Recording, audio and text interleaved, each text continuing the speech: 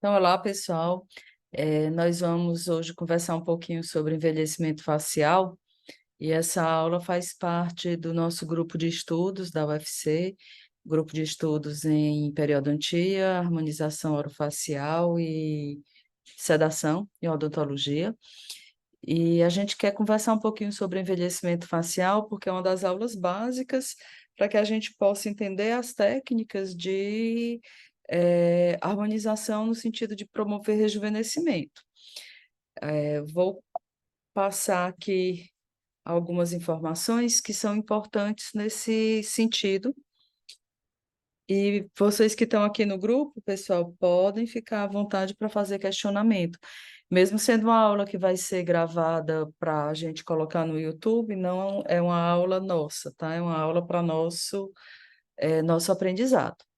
Então, o primeiro entendimento da questão do envelhecimento é que ele vai ser um processo contínuo, que afeta as três dimensões da nossa face. É um processo complexo, porque ele vai envolver todos os tecidos da nossa face, as estruturas. Ele é complexo porque, embora existam muitas teorias sobre o que gera o envelhecimento, nem todos os mecanismos, nem todos os fatores, eles estão totalmente elucidados para explicar as mudanças que acontecem, né, no nosso rosto quando a gente vai ficando mais velho, mas a gente precisa entender, conhecer e saber resolver essas questões de sinais de envelhecimento, porque isso é o que se espera da harmonização, né? A harmonização não vai ser só para reanatomizar, a harmonização vai ser também para prevenir ou para corrigir algumas dessas situações que estão associadas ao envelhecimento. Então, um dos primeiros pontos ou termos que a gente vai falar do envelhecimento é esse termo que é a quadralização facial.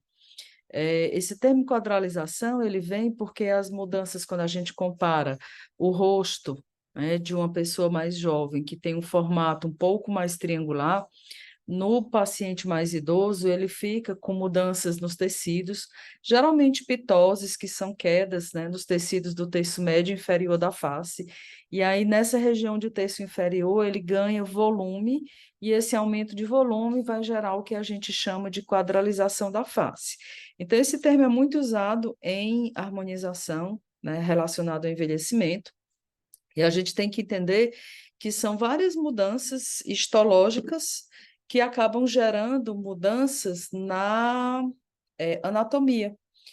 E a maioria dos procedimentos, eles para rejuvenescimento, eles vão tentar minimizar ou reverter essas alterações histológicas para que gere, então, as melhorias anatômicas nesses pacientes.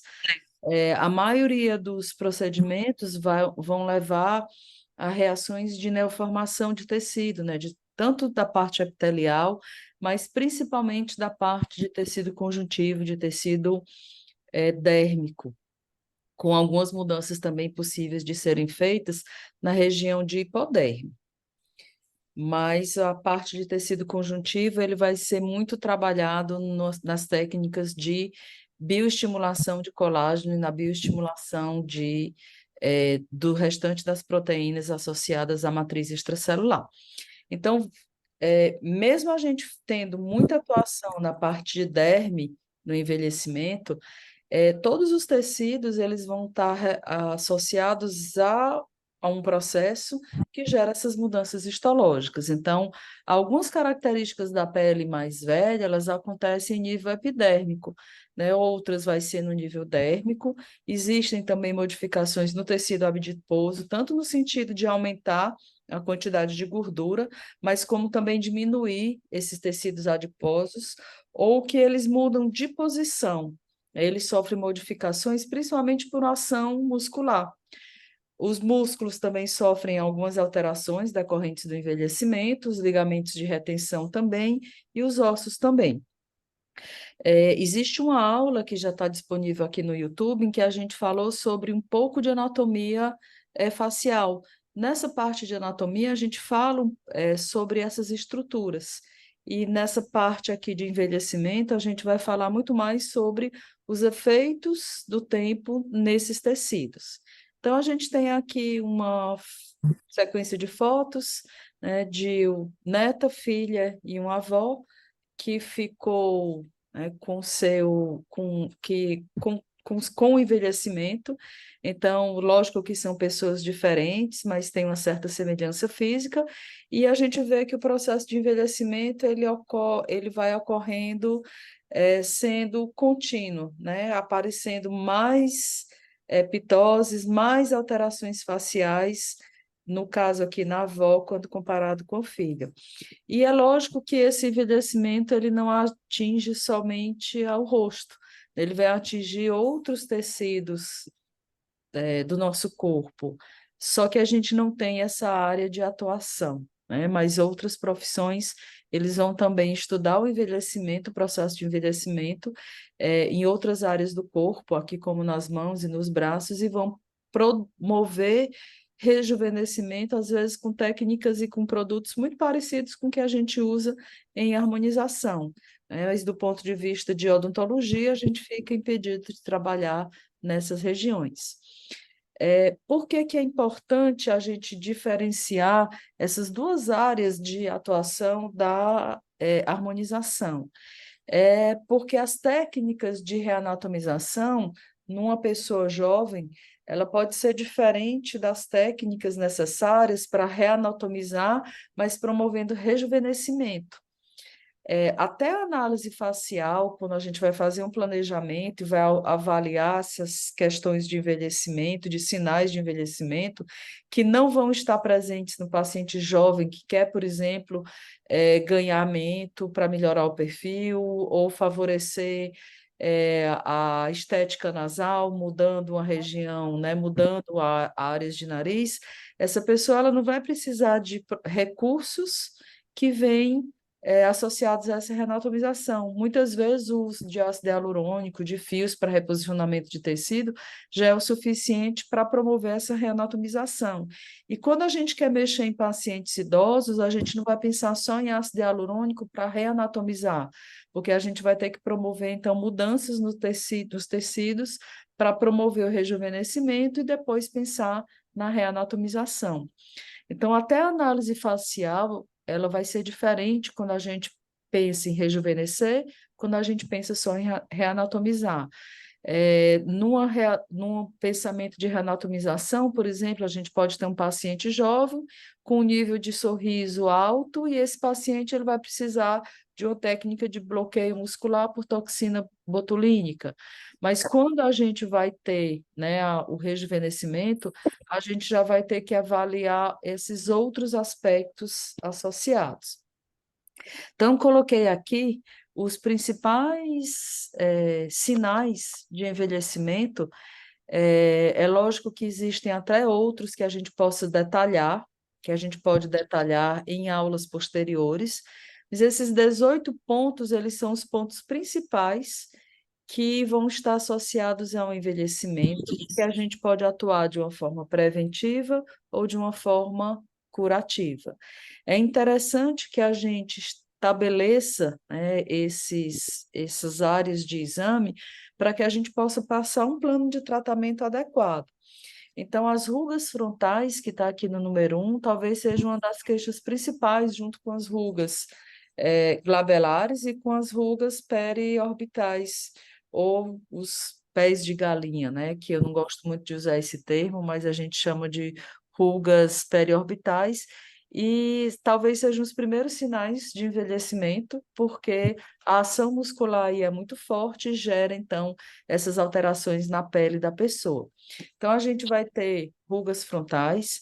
É importante também nessa análise de envelhecimento avaliar aqui o item 2, que é um afundamento na região de têmporas, que nem todas as pessoas vão ter, mas quando há esse afundamento, ele gera um aspecto de esqueletização da face.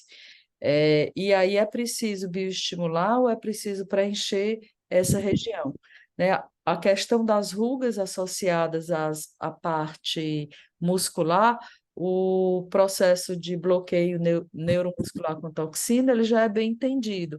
Então, o item 1, o item 3 e o item 4 são rugas que a gente vai prevenir com a toxina botulínica, mas muitas vezes essas rugas não são mais tratadas somente com botox ou um produto similar, porque a pele já está marcada, né? Aí existem alterações histológicas nessas regiões e é preciso fazer bioestímulo de colágeno de matriz extracelular para que essa pele volte a um aspecto de normalidade.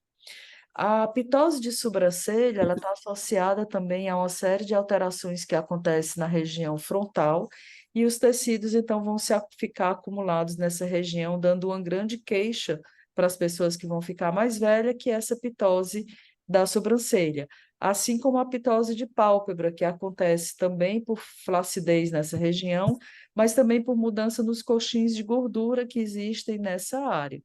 Então, pitose palpebral, ela pode ser tratada hoje pela odontologia, né, com alguns tipos de técnicas de retração, de rejuvenescimento, como alguns peelings, como o uso de jato de plasma nessa região, e outras áreas podem executar algumas cirurgias, como a blefaroplastia, que geralmente é feita essa parte cirúrgica através da medicina. No item Professora, 7, oi? boa noite, gente. Professora, só de fazer aqui uma pergunta, já que você falou do jato de plasma, eu já ouvi falar que realmente é utilizada na blefaro, né? Isso. Aliás, nessa pitose de pálpebra, mas eu também vi muitos relatos de manchamento nessa região. Aí eu queria saber da senhora se a senhora viu algo desse tipo. O jato de plasma, como ele gera um dano grande nessa região, existe uma grande possibilidade de gerar o que a gente chama de hiperpigmentação pós-inflamatória, é, que depende do fototipo da pessoa e depende de alguns cuidados pré e pós-operatórios. Por exemplo, quanto mais escura a pele, maior o fototipo, maior a chance de qualquer dano na estrutura de melanócitos, ou seja, um dano epitelial mais profundo, de gerar esse aumento da formação de melanina no local. Então, ele é contraindicado em pessoas de pele mais escura, e existe também a necessidade de você fazer um preparo prévio, que é o uso de produtos que vão diminuir essa possibilidade desse manchamento. E o paciente também vai ter que ter muito mais cuidado pós-operatório, porque é uma técnica bem invasiva.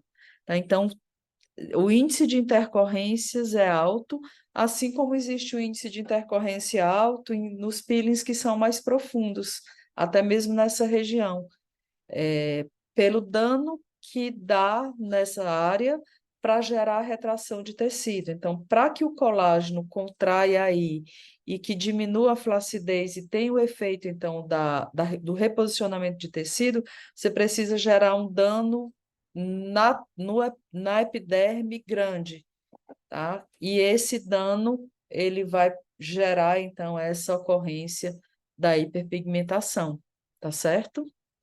Então, é uma técnica possível, mas ela tem que ser bem entendida, tem que ser feita por quem já tem experiência nessa parte de manuseio de intercorrências associada a peelings mais profundos, porque realmente é um ponto de desvantagem do uso do jato de plasma nessa região. Isso nessa região, porque o jato de plasma, com o efeito da bléfaro, né? Com o efeito de dar essa retração de tecido, porque o jato de plasma, ele pode ser usado com energia menor, com um dano menor, para estimular colágeno. E nessa situação, ele não vai ter tanto efeito na flacidez e no efeito de diminuir esse excesso de pele no local, mas ele pode dar um efeito de bioestimulante, e aí ele não leva tanto a efeito colateral. Respondi? Sim, professora, respondeu. Então, E pronto. mais, obrigada. Nada. Então, vamos continuar aqui. Então, pitose de pálpebra é uma outra queixa, né? Na região 7, a gente tem também uma outra área que envelhece muito rápido, que é a região perilabial. Quando a gente vai falando de anatomia, tanto na região infraorbitária quanto na região periorbital dos lábios, na periorbicular dos lábios, são áreas que têm pouca gordura. Então, essa pouca gordura, ela gera uma superficial, né? Pouca gordura superficial.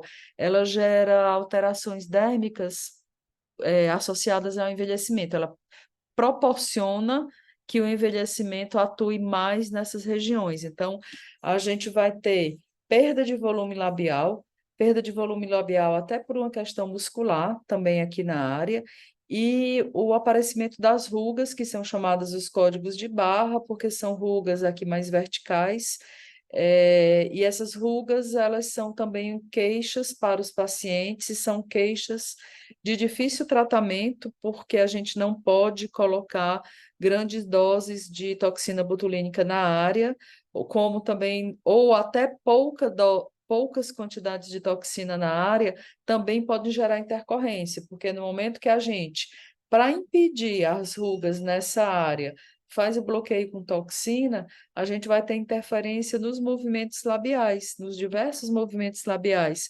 E essa interferência gera insatisfação clínica dos pacientes. O outro item seria a diminuição, desculpe, a inclinação, né, alterações na ponta do nariz.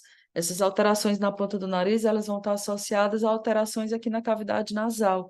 Então, a ponta do nariz, ela pode ficar abaixada, dando também um perfil com aspecto mais desagradável. Na região no 9, é uma região das olheiras, é uma região que a gente pode ter, então, uma concavidade, pronunciado, um aumento da concavidade infraorbital e o aparecimento do sulco nasojugal, que esse sulco ele vai ter que ser corrigido, né? E ele vai ter que ter nessa área de preferência ou bioestímulos ou correções anatômicas com ácido hialurônico. No item 10, a gente fala sobre, a gente chama a atenção sobre um sinal de envelhecimento, que é uma diminuição dessa região um afundamento nessa região de maxila. Aqui está colocado no item 10 como região malar anterior.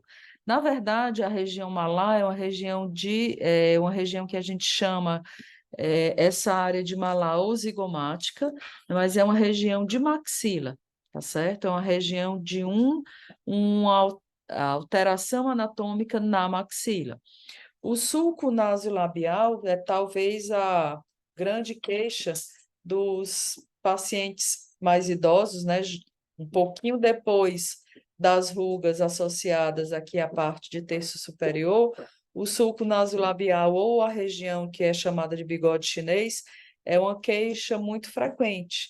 E antigamente os tratamentos que falavam sobre nessa região era muito à base de preenchimento, ou seja, de tentar reanatomizar a área, mas sem entender que o processo de pitose desses tecidos e o acúmulo de tecido nessa região, a ponto de gerar uma dobra aqui, de formar um sulco mais pronunciado, ele não pode ser tratado só com preenchimento nessa área. É preciso entender tudo que está acontecendo aqui na região dos terços mais superiores, nas áreas mais superiores, e entender que essa pitose de tecido, ela começa numa área bem mais superior. Então, o entendimento hoje do envelhecimento promoveu mudanças de técnicas. Se antes a harmonização ou as técnicas de preenchimento elas predominavam, né, dentro da harmonização, para a correção desse sulco, hoje predominam técnicas que vão aumentar volume ou vão estimular essa região mais superior. Então, é por isso que entender o envelhecimento, ele foi importante, ele é importante, porque foi esse entendimento do envelhecimento que gerou mudanças nas técnicas de harmonização orofacial. E isso acontece, então, no sulco nasolabial ou no sulco que a gente chama lateromentual, ou também é chamado de merolabial, que seria a linha de marionete. Esse sulco, pessoal, ele tem uma grande importância em odontologia, porque não é só o envelhecimento, que a parte tecidual, né, que gera um aumento desse sulco, um pronunciamento desse sulco. As alterações que ocorrem na parte de dimensão vertical podem fazer com que esse sulco fique pronunciado. E aí é quando entra a harmonização junto com a reabilitação oral. Precisa-se ver a questão dessa dimensão vertical do ponto de vista com a presença de dentes.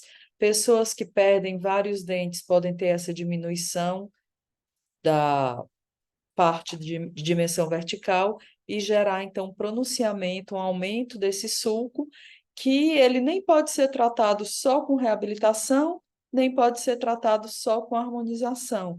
É preciso que você dê o diagnóstico do que é que está gerando essa área de insatisfação anatômica dos pacientes. E aí a gente tem, então, a outra queixa, né, o outro sinal de envelhecimento, que é uma perda de contorno da mandíbula. Se a mandíbula em pessoas mais jovens que têm esse osso pronunciado lá é visível, né? Nem todas as pessoas jovens vão ter um contorno mandibular bem visto. Esse é um aspecto anatômico da face de algumas pessoas. Algumas pessoas já têm pouco contorno mandibular, tá? Mesmo sendo jovem. Mas as pessoas que têm um contorno mandibular bem estruturado, podem perder esse contorno tão definido com o tempo devido ao envelhecimento. E aí também não é só preencher essa área, é também promover bioestimulação para diminuir a pitose desses tecidos, ou até promover nessa região aqui, como a gente vai ver lá na frente, o bloqueio da musculatura associada ao platisma. Então, o bloqueio com toxina botulínica nessa região de platismo, ele vai favorecer o tratamento dessa condição de falta de contorno mandibular. Então, nesse primeiro momento, eu estou falando de todos os problemas, ou de alguns, né, os principais problemas associados ao envelhecimento, mas no decorrer da aula a gente vai ter a oportunidade de discutir mais profundamente, tá certo? Esse primeiro slide é muito mais um slide para chamar atenção para alguns problemas, de acordo, né, terço médio, superior e inferior, e a gente vai ver, então, de um modo geral, como é que o envelhecimento gera todas essas mudanças anatômicas. Então, a quadralização da face, que vai ser o acúmulo de tecido nessa região, e o aparecimento também aqui na região de 14, eu chamo de quadralização da face, ou também o aparecimento do coxim gorduroso, que é o chamado JAWS. Então, essa região vai ficar com um aumento de volume. O item 15 seria a região de papada ou região submentual, em que também é uma queixa das pessoas, porque as pessoas percebem o envelhecimento quando existe naquelas pessoas que têm ganho de peso, um aumento de gordura nessa região, e as pessoas que não envelhecem ganhando peso, elas também têm alterações teciduais na área, só que no caso é uma área de flacidez. Ou você pode ter as duas coisas, flacidez e aumento de gordura nessa região. E aí é necessário um planejamento que faça os dois, que faça a resolução das duas situações, né? Do aumento de gordura e melhoria na flacidez da área. As linhas platismais são as linhas aqui na região de pescoço, que também gera um aspecto de envelhecimento e que pode ajudar, né, no aparecimento dessas outras alterações, essas outras alterações teciduais. 17 e 18 seriam alterações mais relacionadas à parte epidérmica. O envelhecimento vai gerar alterações na produção de melanina pelos melanócitos. Pessoas mais velhas vão ter áreas de hipo ou hiperpigmentações. São só pessoas mais velhas que têm essas alterações pigmentares? Não.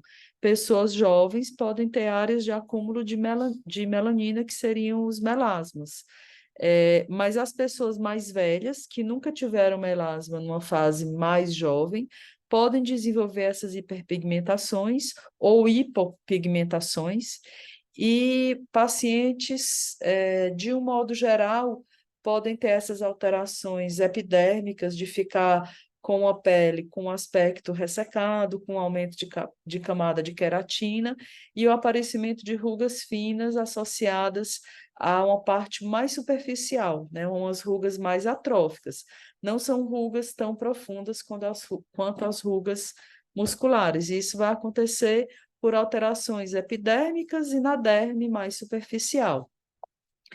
Então, todas essas alterações, elas ocorrem, e aqui tem um slide com essa sequência, né, com esses itens, para quem quiser consultar de uma forma separada, todas essas situações, elas estão ocorrendo porque há alterações em todos os tecidos da face, epitélio, conjuntivo, hipoderme, ligamento de retenção, parte de gordura, músculo e até estrutura óssea. E aí se gera, no envelhecimento, pessoas que vão ter um aspecto mais pronunciado do que o outro. Então, é importante a gente entender que o envelhecimento ele pode ocorrer, então, nesses padrões. Um padrão de mais flacidez do que aumento de volume, aí essa face realmente é uma face que não está quadrada, né? Já no que tem a pitose tecidual, a gente teria um exemplo da face quadralizada, em formato de quadrado. E existem pessoas que vão ter tanto flacidez como também a pitose de tecido. Isso vai influenciar em alguns aspectos de planos de tratamento. Então, no decorrer da introdução e da discussão das técnicas de harmonização, vão existir técnicas e produtos mais indicados para quem tem só flacidez, vão ter técnicas e sequências de tratamento mais indicadas para quem tem mais pitose de tecido e até excesso, né, aumento da gordura nessas regiões, e vai ter o tratamento combinado para quem tem flacidez e pitose de tecido. Um dos aspectos que vai, então, estar associado ao envelhecimento é a flacidez. E esse é o exame que a gente mais indica para conseguir quantificar a flacidez daquele rosto, daquela pele. Então, é com um pouquinho, usando aqui as nossas mãos, a gente faz um tracionamento dessa pele e até para comparar com procedimentos que são feitos posteriores, né? Após os procedimentos que são feitos. Então, flacidez é importante, né, para gerar, então, o envelhecimento. E, de um modo geral, a gente explica aqui quais são as causas do envelhecimento. São as mudanças que vão ocorrer na pele, no tecido adiposo da pessoa, no tecido, nos ligamentos de retenção, nos músculos e ossos. Existe um efeito da gravidade, em que os tecidos, né, eles vão se acumular na região cada vez mais inferior. O envelhecimento ele gera mudança no tecido tanto para baixo como para anterior. Então, esse é o efeito que a gente tem no envelhecimento. Existe um crescimento contínuo da pele nos idosos, tá? A gente envelhece, a pele continua aumentando de tamanho, e aí esse crescimento contínuo da pele, ele gera o excesso de pele, e a gente vai ter, então, sinais de envelhecimento por questões mesmo intrínsecas, que é o envelhecimento celular, né? As alterações que ocorrem no nosso corpo por alterações celulares decorrentes do envelhecimento. A gente tem diminuição de metabolismo celular, a gente tem diminuição da capacidade de divisão celular, e a gente tem diminuição de hormônios que geram, então, estímulo para que para que as células proliferem. E nós vamos ter fatores associados ao envelhecimento extrínseco, que vai agravar o envelhecimento intrínseco. Então, todos nós vamos envelhecer, mas alguns fatores externos vão fazer com que o envelhecimento ele ocorra mais rápido.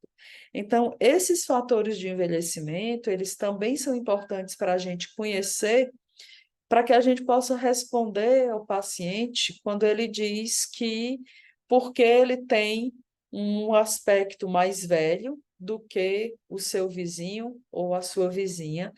E quanto tempo vai demorar para ele voltar a ter uma pele mais jovem? A gente sempre vai colocar que isso vai estar em decorrência do grau de envelhecimento que ele tem e dos fatores que ele tem. Quem só tem envelhecimento intrínseco vai ser muito mais fácil ou muito mais rápido o tratamento do que uma pessoa que tem exposição aos fatores agravantes, como uma dieta inadequada, como a radiação ultravioleta, como a questão de fumo, de poluição e outros fatores que possam contribuir para o envelhecimento. Então, a pessoa já imagina, já deve imaginar que o seu tratamento vai ser mais demorado, com a necessidade de mais recursos, quanto mais fatores que agravam o envelhecimento ele apresenta. E à medida que ele vai diminuindo esses fatores, o tratamento vai ter mais possibilidade de sucesso. Então, aqui tem alguns exemplos de situações que estão relacionadas ao envelhecimento intrínseco, aquele que vai acontecer naturalmente, né, no nosso corpo. Então, a gente tem fatores genéticos envolvidos, tem fatores fisiológicos envolvidos nessa etiologia do envelhecimento. Um que é extremamente importante são a diminuição do nível de hormônios. Esses hormônios vão acabar diminuindo a taxa de proliferação celular. As nossas células ficam senescentes, elas ficam com metabolismo mais baixo. Das teorias de envelhecimento, existe a teoria de que os telômeros eles ficam encurtados, né? Os telômeros são as estruturas que estão associadas à mitose celular. E eu chamo aqui a atenção a algo bem importante, que são as alterações nas mitocôndrias das nossas células, que ocorre de uma forma, entre aspas, natural, porque o processo de envelhecimento ele é natural. Então, por que que eu chamo para essas alterações mitocondriais? Porque uma técnica para promover bioestimulação, que é o laser de baixa potência, tanto o laser vermelho como o laser infravermelho, eles estimulam as mitocôndrias, aumenta a produção de energia na célula quando a gente coloca, então, no rosto laser vermelho e infravermelho. A diferença entre os lasers vai ser a profundidade de ação. Então, o laser de baixa potência, a luz, ela vai ser extremamente importante para diminuir os sinais de envelhecimento, ou seja, existe uma ação biológica, né, nessas células que estão senescentes, nessas células que não estão produzindo tanta energia. E é por isso que o laser é bem interessante que você associe com outros procedimentos. Se você fizer o bioestímulo com laser e depois aplicar um outro produto bioestimulador, você vai aplicar esse produto bioestimulador numa célula que já está mais ativa, ou seja, a produção de matriz extracelular ela pode ficar aumentada pela ação combinada das duas técnicas. E o último exemplo aqui do envelhecimento intrínseco é saber que nosso corpo, à medida que a gente faz a respiração, à medida que a gente faz o metabolismo das nossas, que existe o metabolismo na nossa célula, a gente produz as espécies reativas de oxigênio. Por isso que nós envelhecemos também associadas a ela. Então, a produção desses radicais livres, que são chamados espécies reativas de oxigênio, eles não vão acontecer somente decorrente da luz ultravioleta, eles vão acontecer decorrente do nosso corpo, do metabolismo do nosso corpo. E nós podemos produzir, né, quantidades diferentes, e nós podemos ter enzimas diferentes, em quantidades diferentes, para agir como antioxidante. Então, nosso corpo tem enzimas e tem substâncias que vão eliminar esses radicais livres, por ter um potencial antioxidante. Aquilo que a gente consome de dieta, que é antioxidante, né? A dieta detox, por exemplo, é no sentido de diminuir essas espécies reativas de oxigênio é porque esses radicais livres eles geram envelhecimento. E o acúmulo desses radicais livres ele acontece independente, por exemplo, da luz solar. Na luz solar, nós vamos ter mais espécies reativas de oxigênio ou radicais livres, contribuindo para o nosso envelhecimento. Mas nós temos que entender que nós já produzimos essas espécies reativas de oxigênio. E aí entra o laser também como uma das técnicas para favorecer, para diminuir o envelhecimento. Existe uma técnica de laser que é chamada ELIB, em que você coloca um aparelho, geralmente aqui na região de pulso, para afetar o sangue que está passando na artéria radial, e a aplicação do laser vermelho nessa região aumenta uma enzima nossa que tem uma ação extremamente antioxidante. Então, esse vai ser um efeito sistêmico do laser de baixa potência, tá? E aí existe toda uma técnica, uma recomendação para esse procedimento, e um dos objetivos seria esse, a diminuição dos radicais livres, tá? Então, o entendimento do envelhecimento intrínseco geram técnicas para melhorar e diminuir esse tempo, né? Diminuir os efeitos do tempo no nosso corpo. Tudo bem, pessoal? Até aí agora, alguém quer fazer alguma pergunta? Eu vou detalhar agora aqui a questão os exemplos de onde o envelhecimento intrínseco vai ser encontrado, né? Os sinais do envelhecimento intrínseco. Então, eu vou ter uma fragilidade na junção entre o epitélio e o conjuntivo. O que é que isso representa para a nossa pele? A quebra de uma barreira importante, que é a junção dermoepidérmica. Então, essa junção do epitélio com o tecido conjuntivo ele vai ficar desorganizado. Existem, então, diminuição dos melanócitos e existe a ocorrência de desordens pigmentares, ou de hiper ou de hipopigmentação. Pode acontecer ao acúmulo de outros pigmentos nesses fibroblastos que são senescentes. Existe uma fragilidade capilar, existe a possibilidade de ocorrer as telangiectasias, que são o aparecimento de pequenos vasos sanguíneos na região da face. De um modo geral, o epitélio ele afina, tá? Mas existe um aumento da camada córnea, que dá um aspecto mais envelhecido. Então, o ideal, quando a gente promove o estímulo através de peelings, que vão estimular a renovação epitelial, estimular até a renovação dérmica, né, por afetar o epitélio, a gente vai promover, então, o espessamento do epitélio, mas não da camada córnea. Então, quando a técnica de peelings e de microagulhamentos, eles vão favorecer a reestruturação das camadas do epitélio para que elas fiquem mais densas, né, em uma espessura maior, mas uma diminuição da camada córnea, que é a camada que não interessa para a gente. Há uma diminuição da produção de sebo, então fica uma pele que tem uma lubrificação alterada, que tem uma barreira hidrolipídica alterada, por ter, então, menos quantidade de lipídios no rosto. O item 7, a gente já falou bem no slide anterior, tá? Que são as alterações na mitocôndrias com essa diminuição da produção de energia.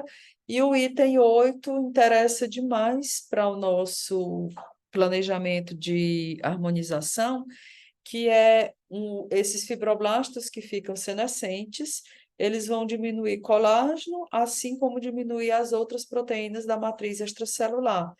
E isso gera, e além de as alterações de flacidez da pele, elas ocorrem tanto porque o colágeno diminui, como porque diminui aumenta o que a gente chama as metaloproteinases de matriz.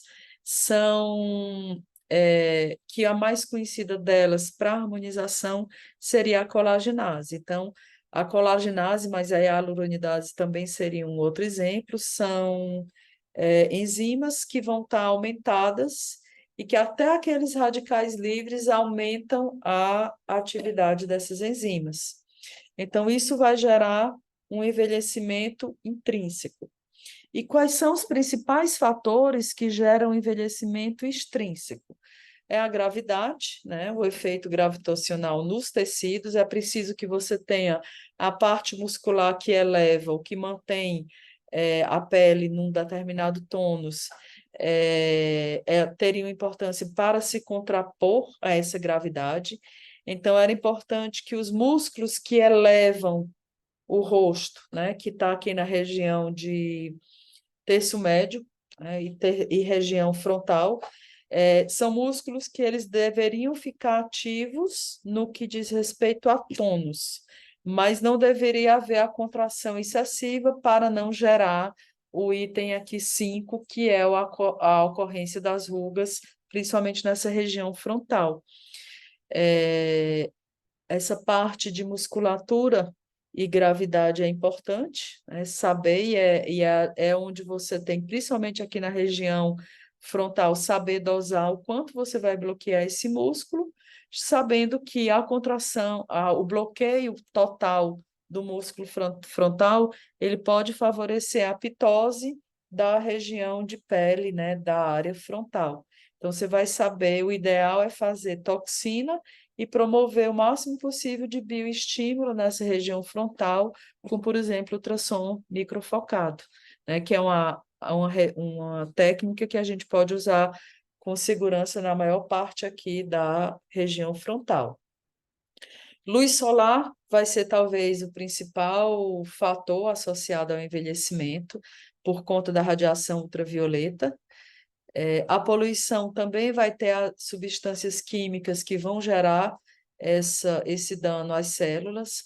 O estresse tem uma importância grande, né? Estresse gera a liberação de corticoide, que são imunossupressores, que altera a formação de colágeno no nosso corpo, os nossos corticoides, então vai gerar uma dificuldade de tratamento e vai gerar também um aumento do envelhecimento. O item 6 está relacionado à parte de colágeno. Então, a gente usa muito o termo de glicação de colágeno quando a gente fala de pele, né? Existem, por exemplo, produtos cosméticos que são antiglicantes. E aí, o que é essa glicação do colágeno? Quando a gente tem um aumento da quantidade de glicose no nosso corpo, no sangue, no tecido, a glicose ela se liga a algumas proteínas, né, como o colágeno, como a elastina. E nesse processo de reação química, ele altera a característica histológica dessas proteínas. E aí fica uma pele mais envelhecida e alterada, porque a glicose está ligada a esse tecido. Não é preciso ser diabético para ter glicação de colágeno, é preciso ter um alto consumo de açúcar. Então, mesmo pessoas que não são diabéticas, se tiver um consumo de açúcar, enquanto tiver no quadro de hiperglicemia até a insulina baixar, né, nos quadros de hiperglicemia, a pessoa vai ter essa glicação de colágeno. E aí é óbvio que quem tem diabetes vai ter mais glicação de colágeno e elastina, tá? Mas não é preciso ser diabético para ter uma pele com a glicação de colágeno. E numa aula de produtos cosméticos, a gente tem, então, exemplos de produtos que vão diminuir essa glicação e aí ter um efeito na parte de gerenciamento de pele, de melhorias na pele usando produtos cosméticos. O fumo vai ser também um importante, né, um importante fator, né, pela sua vasoconstrição, por alterar colágeno, por diminuir a parte de imunológica do paciente.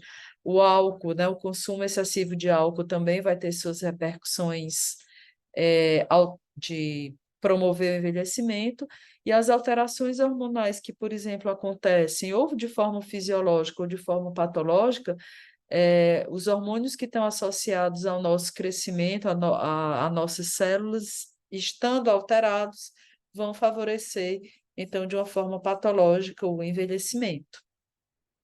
Então, o envelhecimento vai ser uma sequência de fatores intrínsecos e extrínsecos que vão gerar algumas alterações, e essas alterações elas vão sendo muito parecidas entre as pessoas. Nem todos envelhecem de forma igual. A gente já viu que tem um que é mais flácido, tem um que fica com a face mais hipertrófica.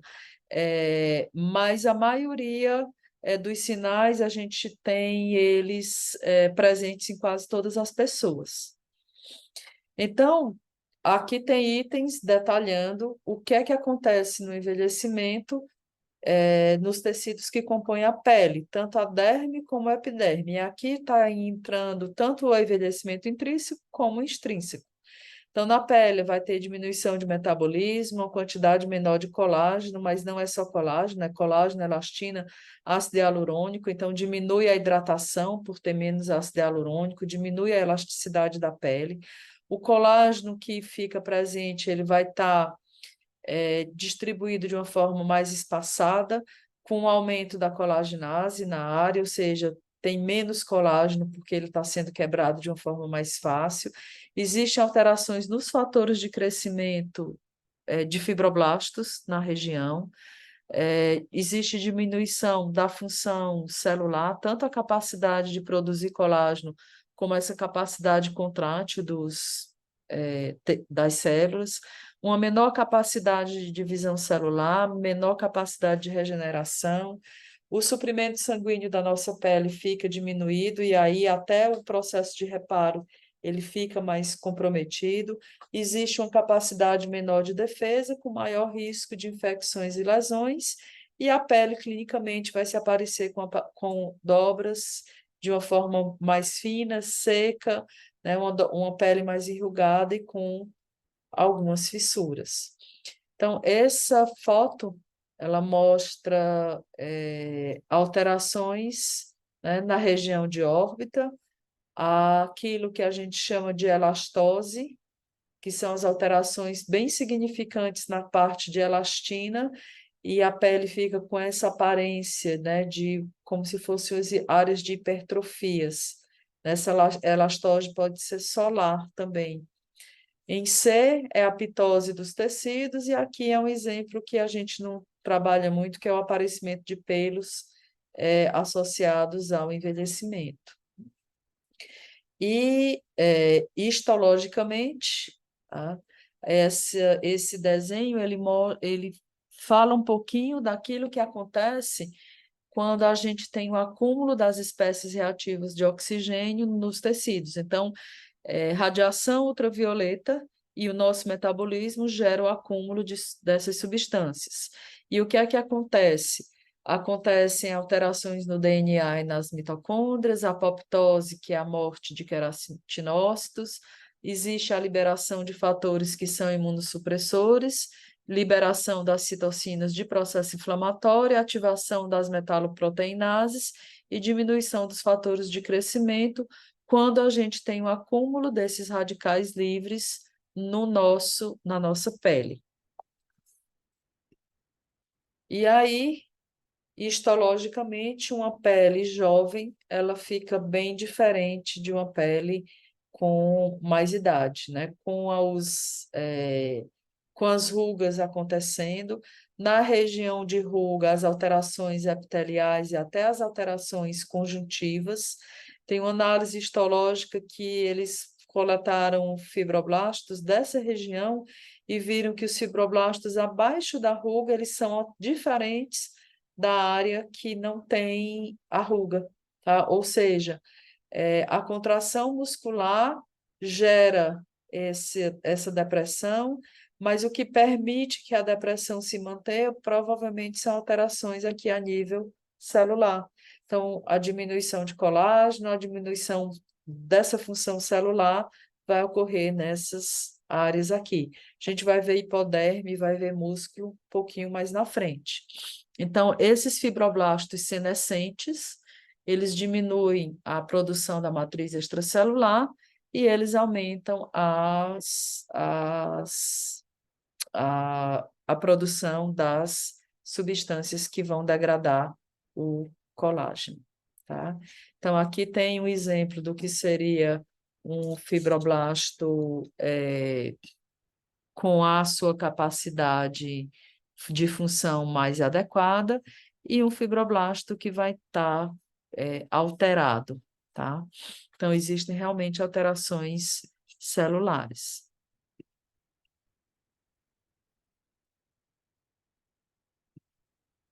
Esse histológico, ele é um desses trabalhos bem interessantes que a gente vê aqui uma pele, né, não exposta ao sol, né, uma pele sem as rugas, com a sua estrutura epitelial mais compatível, então, com a juventude, e a pele com alterações histoquímicas e com alterações no tecido, tá? Quando a gente tem, então, a área da ruga. Tá? Então, não é a marca ela não é superficial, ela é uma marca que realmente atinge a parte dérmica, né? Ela acontece no nível histológico. Então, essas são as principais alterações nos dois tecidos, né, que a gente estava falando inicialmente, né, a parte de tecido conjuntivo e tecido epitelial. Então, na sequência dos tecidos, né, de fora para dentro, a gente já pode falar agora dos fatores relacionados ao envelhecimento no que diz respeito ao tecido adiposo. Então, os tecidos, né, o tecido adiposo, ele vai sofrer pitose, vai sofrer alteração no posicionamento, e essa alteração, então, ele vai ser no sentido inferior, como a gente já falou, e no sentido medial. Então, esse é um padrão muito frequente, né, de mudança nos compartimentos de gordura. Aí, lembrando que nós temos dois compartimentos de gordura, né? Nós temos o compartimento de gordura mais superficial e a gente tem os compartimentos de gordura mais profundo. Os superficiais, eles recebem mais influência do nosso peso, né? São células que vão acumular mais gordura e que vão ter a possibilidade de aumentar bastante de volume, né? Eles não têm nenhum tipo de bloqueio até para o acúmulo dessa gordura. Então, quem envelhece engordando, envelhece aumentando os coxins de gordura superficial. E quem envelhece sem alteração de peso pode ter, então, a diminuição desses coxins de gordura com atrofia e perda de volume. Essas pessoas que têm uma face que fica mais atrófica ou mais fina, vai precisar de um tipo de tratamento. E as pessoas que vão ter o acúmulo de gordura vão precisar de um tratamento adicional, que é o esvaziamento da face, que é o uso de substâncias ou de técnicas como ultrassom microfocado, como o próprio endolaser, que é uma técnica para diminuir esses coxins de gordura na região, para diminuir volume da face. Os coxins de gordura, eles também vão ficar com o fluxo sanguíneo alterado na região, né? E as áreas que não têm gordura no nosso rosto, que é nessa região aqui, periorbital e periorbicular dos lábios, são as áreas que mais sofrem o processo de envelhecimento. Então, geralmente, a parte de órbita, né, de olheiras e a região ao redor dos lábios, elas vão envelhecer de uma forma mais rápida. E esses corpos adiposos, eles vão sofrer modificações no seu posicionamento, porque os músculos, uma das teorias é que os músculos, eles vão estar tracionando esse tecido, e de tanto tracionar, de tanto mudar de posição esses tecidos, eles gera então esse reposicionamento, né? Esse acúmulo da gordura em um determinado local. Existe a possibilidade também de mudanças na parte óssea, gerar pitose desses compartimentos de gordura até mais profundos. Então, reabsorções ósseas, como na região de órbita, pode gerar prolapso de alguns colchões de gordura. A frouxidão dos ligamentos de retenção. Então, quem tiver dúvida de onde se posiciona, do que são os ligamentos de retenção, é interessante dar uma olhada na aula de anatomia para entender os ligamentos de retenção verdadeiro e os falsos, e que essa frouxidão nesses ligamentos fazem com que esses coxins possam, então, mudar de posição. E a flacidez da pele, né, também favorece, né? Então, a flacidez dérmica também influencia na possibilidade de mudança desses coxins de gordura, que vão, então, sofrer pitoses, né? Que vão se acumular numa área mais inferior e mais anterior. Nos músculos da face, o envelhecimento ele vai gerar essas principais alterações. Então, de um modo geral, a nossa massa muscular ele diminui quando a gente fica mais velho. Mas nas áreas que os músculos são muito atuantes, vamos dizer assim, nas áreas que a pessoa usa muito a parte da expressão, pode haver, então, a hipertrofia.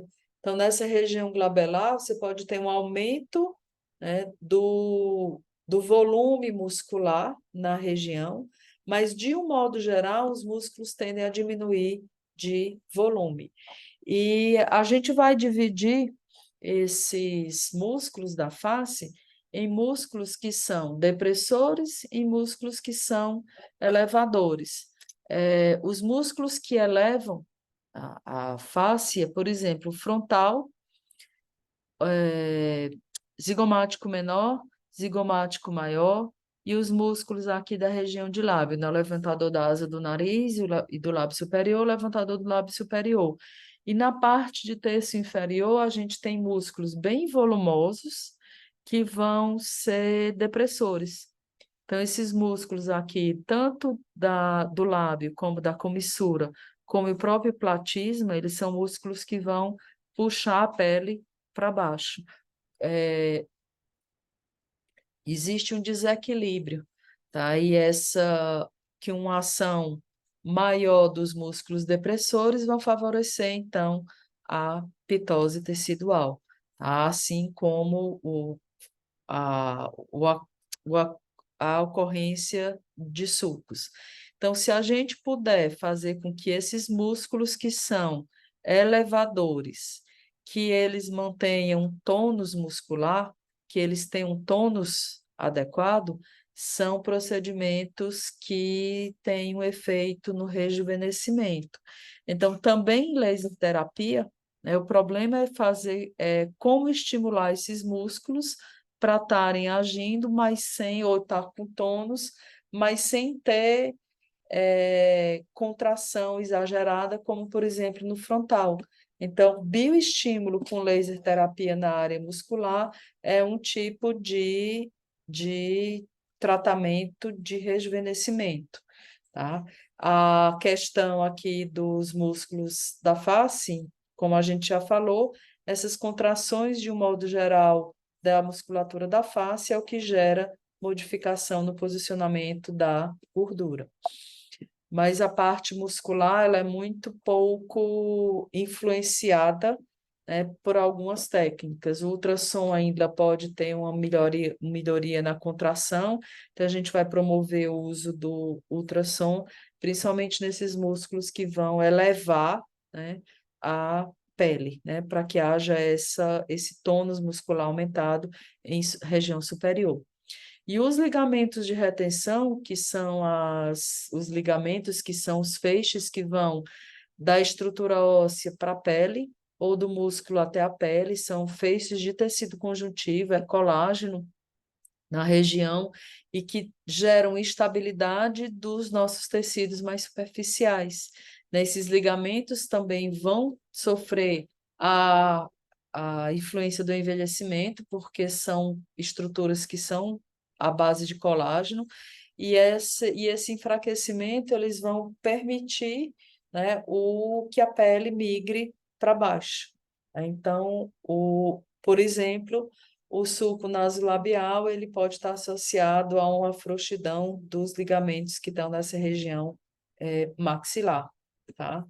Então, a teoria, né, do posicionamento aqui dos ligamentos e a teoria de você ter uma face de bioestimular essa região posterior, ela vem do entendimento de que o tecido distendido nessa região vai ajudar, né, no reposicionamento dos tecidos da área de face móvel. E o envelhecimento no tecido ósseo, ele gera também uma série de alterações nessa estrutura. É muito difícil você modificar, né, sem ser por procedimentos ortopédicos, vamos dizer assim, né? Não existe tanto procedimento em harmonização para formar a estrutura óssea, para modificar os ossos do rosto. Algumas áreas de perdas ósseas, elas vão ser trabalhadas com a colocação de substitutos ósseos, que seriam ácido hialurônico em pontos específicos, mas o ácido hialurônico aqui no sentido de simular uma estrutura óssea, né? Já que a gente não vai ter realmente a possibilidade de fazer uma mudança na anatomia óssea com as técnicas que a gente tem de harmonização orofacial. Então, existe uma perda de massa óssea, principalmente na região da órbita, e aí essa perda óssea gera o deslocamento dos coxins e os prolapsos, né, dos coxins gordurosos nessa região. É, é extremamente importante as alterações ósseas que vão acontecer na maxila e na mandíbula quando as pessoas são edêntulas, e é lógico que os tecidos da região aqui de terço inferior da face esses tecidos vão ficar alterados de posição quando a gente não tem dente, quando a pessoa perdeu estrutura de processo alveolar associada à perda de dentes, e se essa perda óssea chega até uma região mais de osso basal, essas alterações de tecido mole vão ficar mais evidentes. Então, é a perda de projeção labial, o prognatismo mandibular, a diminuição, né, a pitose dos tecidos, a formação aqui do sulco lateromentual, eles vão acontecer nesses pacientes que têm alterações ósseas.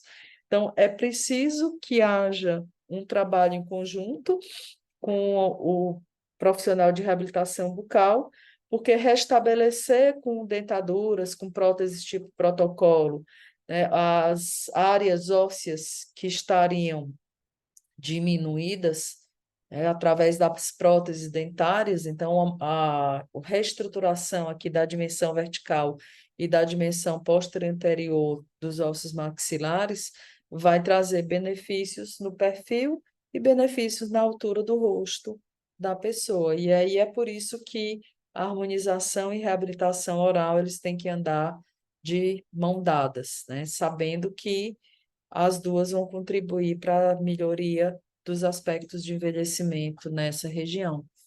E aqui a gente tem, então, um outro trabalho mostrando as principais reabsorções ósseas que acontecem no rosto da pessoa. Então, as alterações aqui de aumento de cavidade nasal, de reabsorções nessa região anterior aqui da maxila, um aumento das margens da órbita, né, na região de zigomático e na região aqui de osso frontal. As alterações que vão ocorrer no ângulo da mandíbula, associadas ao processo mesmo de envelhecimento, e as alterações ósseas estão associadas à função muscular nessa área. Então, os pacientes vão ficar com a mandíbula diferente, né? E é preciso, então, entender que as reestruturações vão ser tanto do ponto de vista de bioestimulação, mas quando já existem essas alterações ósseas decorrentes do envelhecimento, há também a necessidade dos preenchimentos, porque os preenchimentos vão simular uma estrutura óssea jovem em algumas regiões. E aí é preciso fazer análise facial do paciente para saber onde é que ele deve receber aqueles preenchimentos por questões de envelhecimento. Então, aqui é um resumo para a gente começar a finalizar essa parte de envelhecimento, em que a gente vai, então, falar as principais alterações anatômicas de acordo com cada região da face. Então, na região frontal e glabelar, essas são as principais mudanças, tá? É uma perda de volume no subcutâneo, hipertrofia muscular na região de glabela, na região de frontal, onde tem rugas, pode acontecer também. Existe uma perda óssea leve, existe um aumento do terço superior, porque a linha de cabelo fica um pouco mais acima, aí faz com que a testa fique com aparência mais alongada. Na região temporal, a pele fica mais fina, existe uma diminuição de gordura na área, é por isso que aparece o afundamento temporal, existe uma diminuição dos músculos da área, uma acentuação, né, da visão dos vasos sanguíneos, e esse aumento, né, da profundidade da área é o que pode gerar em algumas pessoas uma aparência envelhecida.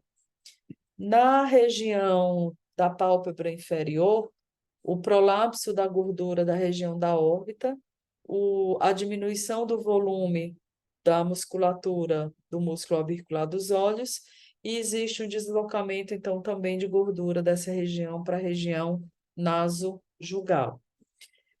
Na região perioral, diminuição do volume do músculo orbicular dos lábios, um aumento da tensão do músculo abaixador do ângulo bucal, diminuição da dimensão vertical, principalmente naqueles pacientes que não têm reabilitação oral, e uma pitose de gordura para a região de sulco látero-mentual. No nariz, um aumento da região alar e aumento da ponta nasal. Na orelha, um aumento da cartilagem. E na região de pescoço, a gente vai ter, então, uma hiperatividade do platismo, músculo que se situa nessa área. O platismo é um músculo que vai promover, né,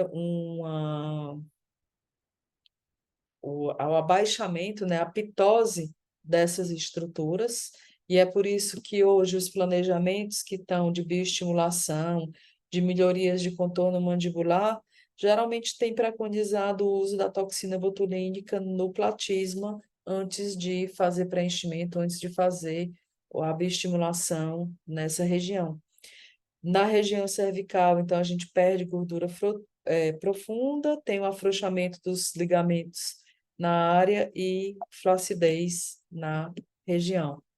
E a perda de contorno e o aparecimento, então, da gordura do Jaws. Não é que essa gordura apareça depois, é o coxim que está na área mais superior, ele vai sofrer a pitose e ele vai, então, ficar acumulado nessa região.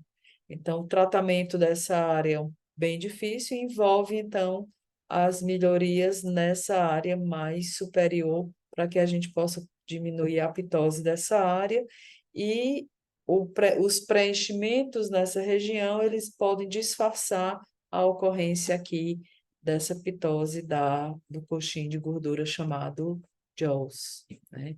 Então, nesse trabalho, o Cotofana, ele fala das pitoses, né, dos vários tipos das várias áreas que sofrem pitoses. Então, os principais problemas, se a gente for pensar aqui, a gente falou naqueles primeiros slides que eu numerei os 18 problemas. Aí aqui tem, de uma forma, de um trabalho, a descrição de alguns deles. Então, nessa região, eu vou ter rugas horizontais e verticais, por conta da ação da musculatura dessa região de glabela e devido à flacidez da pele na área. Nessa região de pálpebra superior, é a musculatura que fica mais flácida, o ligamento de retenção orbicular que fica com mais frouxo, né? Existe uma reabsorção dos bordos da órbita e uma extrusão dessa camada de gordura que é chamada RUF. Então, é a gordura retroorbicular dos olhos que fica aqui na pálpebra superior. Na pálpebra inferior, a gente já não tem o RUF, a gente já tem a extrusão da estrutura que seria chamada SUF. E é isso que faz o aparecimento de algumas bolsas de gordura nessa região. Quando o paciente faz blefaro cirúrgica superior e inferior, eles tiram essa camada de gordura, né? Parte dessa camada de gordura que sofreu o prolapso. Então, a reabsorção da órbita, da borda da órbita, e a frouxidão desse ligamento de retenção da órbita faz com que haja, então, a mudança na gordura e a flacidez de pele na região. Na região de sulco nasolabial, vai ter essa dobra de pele vai acontecer por reabsorção da maxila, por alteração no posicionamento da gordura nasolabial, porque há um encurtamento dos músculos que levantam o lábio superior e o músculo, o levantador da asa superior e da asa no nariz. Então, são músculos que vão ficar, eles não estão num tônus, eles estão realmente encurtados. E existe aqui na área do JAWS a migração dos compartimentos de gordura para a região. Então, essas alterações, né, do envelhecimento, e junto com outras características superficiais, fazem com que a gente tenha uma classificação. A classificação do envelhecimento ele foi proposta por esse autor, por Glocal, e é uma classificação que eu acho interessante a gente ter e a gente mostrar para o paciente para que ele mesmo possa se classificar. Então, existe o tipo 1, tipo 2, tipo 3 e tipo 4. O tipo 1, paciente praticamente sem sinais de envelhecimento. É um paciente de 20 a 30 anos, com poucas ou nenhumas rugas, pode fazer o botox preventivo, pode trabalhar com pires e microagulhamentos no sentido de prevenção, não vai ter quase não tem pigmentação associada ao envelhecimento, mas é um paciente jovem que pode ter as áreas de melasmas, né? Mas aí já seria outra questão que não o envelhecimento em si. E são pacientes que geralmente não têm necessidade de usar muita maquiagem quando a pessoa tem uma pele adequada. Daí o tipo 2 vai ser um tipo que é chamado moderado. Ele não tem ainda rugas estáticas, é uma pessoa mais velha, mas já pode ter alguns tipos de alterações de pele. Geralmente é um paciente que já vai necessitar de maquiagem. No tipo 3, já existem as rugas estáticas, são pessoas que têm aqui uma idade geralmente mais de 50 anos, mas como a gente já viu a questão do envelhecimento intrínseco e extrínseco, você pode ter uma pessoa de 50 anos com tipo 2, ou você pode ter uma pessoa de 40 anos que já tem um sinal de tipo 3, vai depender dos cuidados que essa pele sofreu. E se a gente perceber, são pessoas que já têm mudanças mais significativas dessa parte de rosto, de pitose.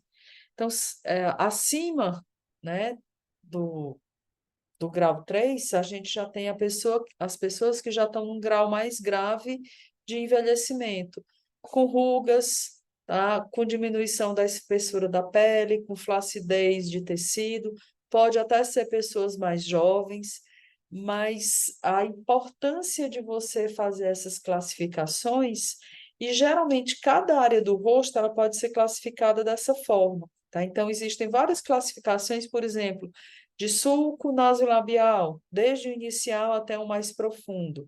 E quando a gente mostra uma foto dessa para o paciente, pede para o paciente dizer em qual ele acha que se enquadra, é porque já vai responder para ele algumas perguntas, que ele geralmente pergunta quanto tempo vai demorar o tratamento e quanto tempo, quantas sessões é preciso. Então, se aqui eu vou fazer uma sessão de bioestimulador para prevenir, provavelmente no tipo 4, uma sessão de bioestimulador não vai fazer com que a pele volte a ser aqui um grau 1 ou um grau 2.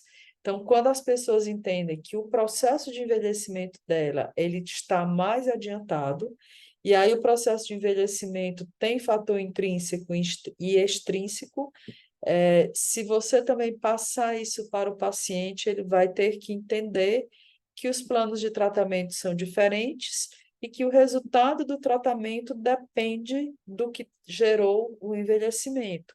Se eu não tiro a causa, eu vou ter mais dificuldade de ter resultado bom.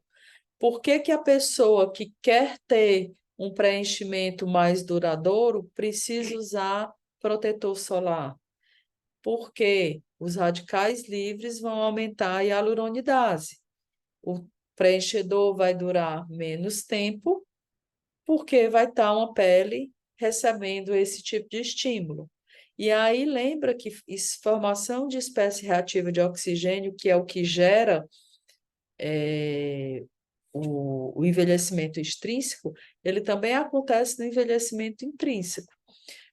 Eu vou usar um bioestimulador, mas eu tenho uma dieta rica em açúcar, eu tenho uma dieta muito pobre em proteína e eu tenho eu vou ter dificuldade, então, de formar colágeno o suficiente para que aquela pele volte a ter uma, uma textura, né? Volte a ter uma firmeza como era antes.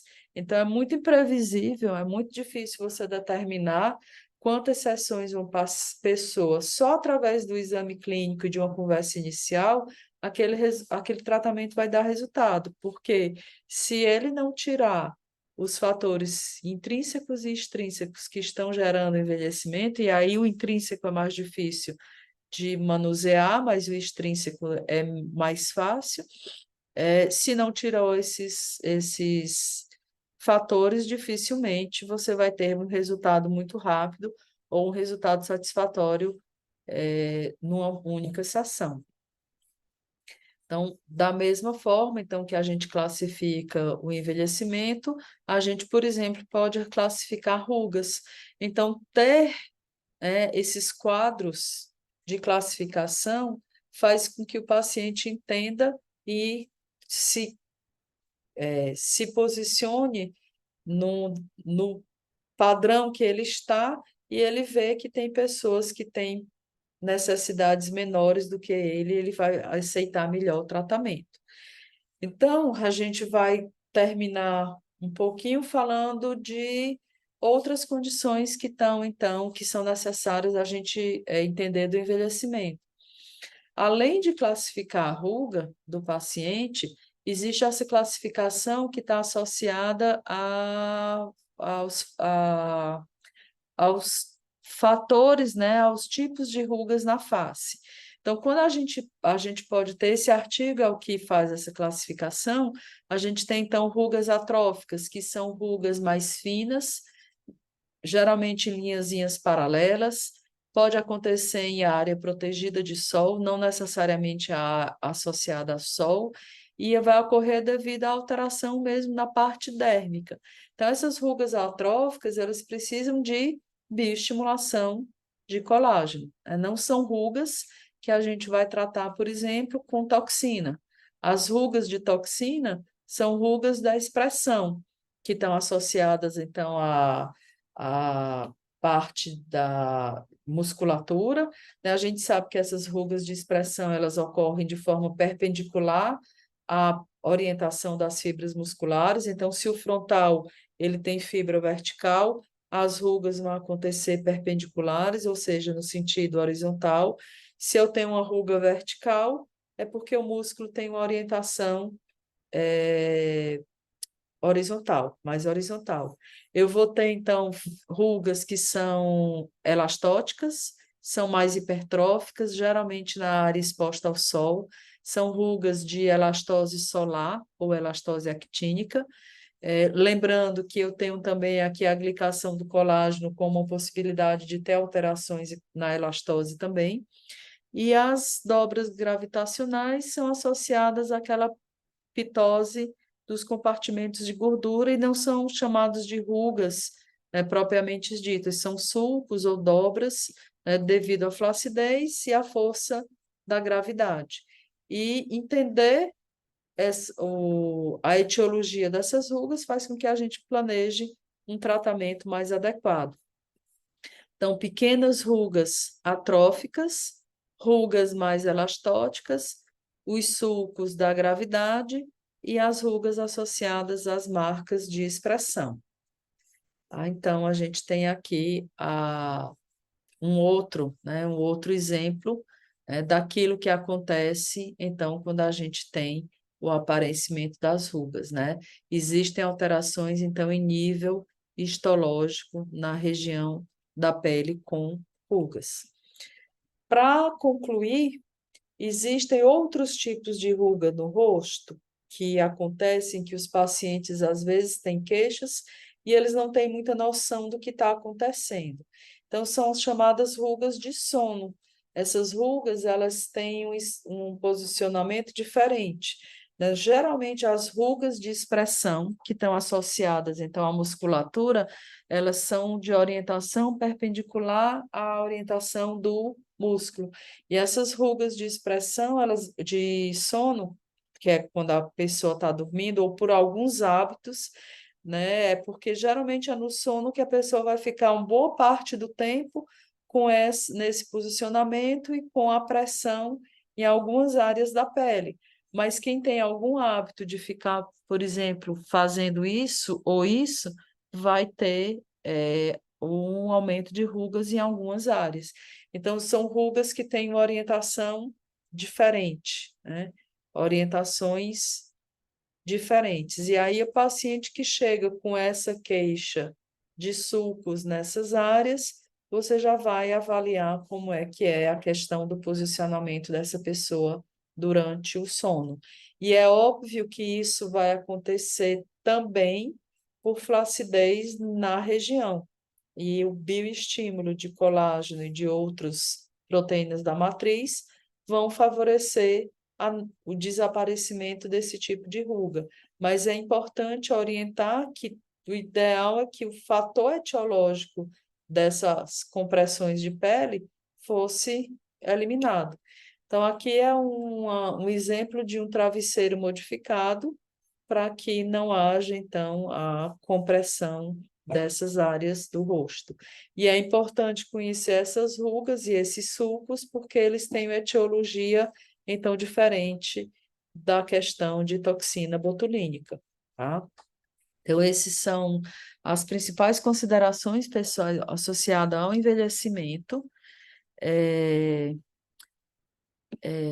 A parte, né, a parte de como é que eu posso dizer? A parte de envelhecimento, ela é bem ampla, é extremamente